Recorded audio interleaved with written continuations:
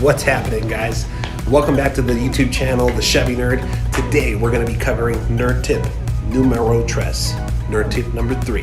We're going to be talking about automatic rear lift gates and how they can help us, how we can set it up.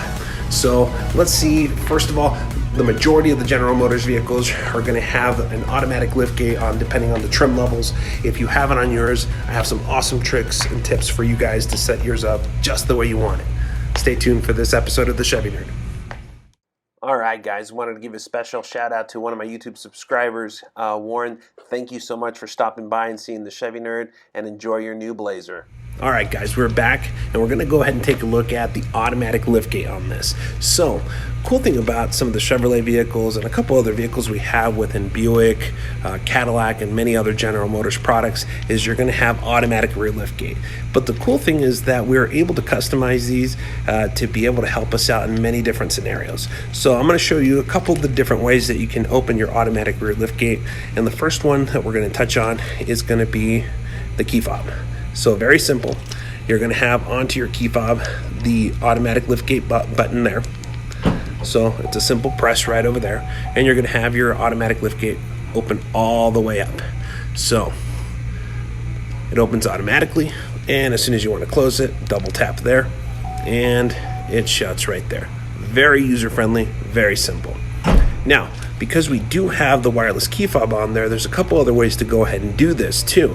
So if the vehicle is completely locked, as long as you keep your keys inside of your pocket, purse, whatever, we'll go ahead and put them there. All we have to do is get close to the vehicle. And right underneath here, we're actually going to see a little area right next to the camera where we just simply click and open up the automatic rear liftgate. Now, once we do that, if we want to go ahead and close the automatic liftgate, we do have a couple of options right here. We can do a manual option and just lower it down, but the fancy way to do it is simply just by a press of a button. Now the automatic liftgate closes and you're good to go. Now there's a couple other ways to do it too, so let's take a look at those. Some of them are going to be right in towards the door itself. So we'll go ahead and open this guy here. And once we step inside, we're going to notice right next to the memory seats, you're going to have the automatic rear liftgate option there too.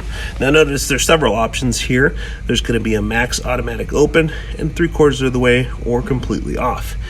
With the General Motors options, once you switch them to 3/4, you can actually program your liftgate, and I'll show you how to do that.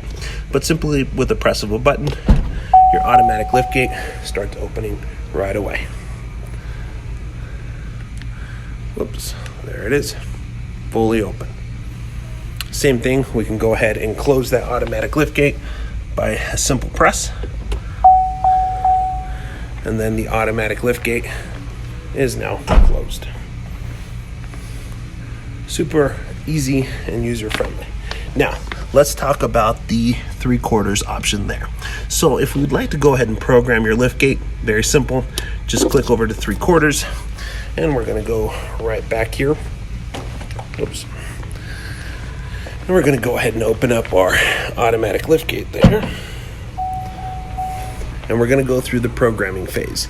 The programming phase is super simple, super easy. The couple reasons why you would do this is if you have garage limitations on there where it's getting too high, or let's just be honest, either you're too tall or too short and you need to adjust. So, simple thing you can do here is you can go ahead and pull down. So as soon as you pull down and you've reached the height that you like, simply let go, press and hold. You're going to hear a little chime from the vehicle, and that means now that is set up for 3/4. You can even adjust it further by lowering it down even further if you so wish to, and then you just simply press and hold. Now the next time we open it, you'll notice it will open up at this level here. Let's go ahead and try it. So we're going to go ahead and close it. It's fully closed now.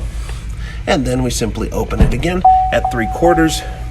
And then with the 3/4, you'll notice that the automatic liftgate just opened there. Now let's notice the difference when we hit it to max. Right here, we switch it over to max. We're going to close it first. We're going to hear it close there, and then we're going to open it. Let's notice the difference.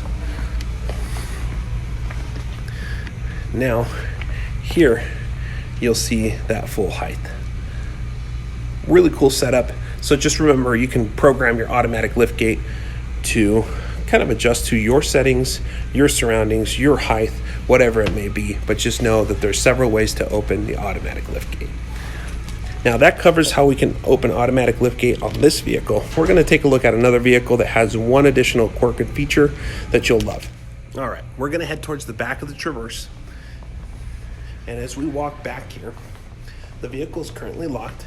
But one of the cool things is on some of the upgrades here, you'll notice a Chevy emblem being projected on the ground. That there is going to be your foot kick to go ahead and open up the vehicle. So all we have to do is approach this little area, kick our foot right underneath there, and the automatic liftgate will completely open. Now, depending on the setting on how you programmed it, it'll open it to the height that it is set up for. So if you set it up for 3/4 of the way, all that kind of stuff will kind of accumulate to the things that we know. Now, we see the emblem back here. All we do is we perform that kick. And now, the automatic liftgate returns to its closure. Now, you'll notice that the Chevy emblem will be down there. Now, a lot of people ask us, well, heck, does that sucker stay on there forever? No, it does not. So when your vehicle is completely locked, okay, and you step away, it takes the same time that it takes to shut off the rest of the lights. You walk away, and it disappears. Now, how does it work after you come back to your vehicle? Well, after you come back to your vehicle, the sensor in your key will go ahead and set that off, and it'll bring up that image right on the ground with the projection. So hopefully you found this as a pretty resourceful tool. If you guys have any questions, you guys can always call me, ask any questions on the comment box below. If you're new to the channel, leave a like, click subscribe, hit that notification bell. Give me some feedback on there too. Feedback's very well appreciated as this YouTube channel is growing and I want to make it better for you guys. Well, if any questions at all, come visit me at Ed Bozarth Chevrolet. You can give me a quick ring at 970-623-5683, and we'll catch you later. Oh, by the way, this is one of my really good friends. He's super cool. Hey, Eric. All right. Later.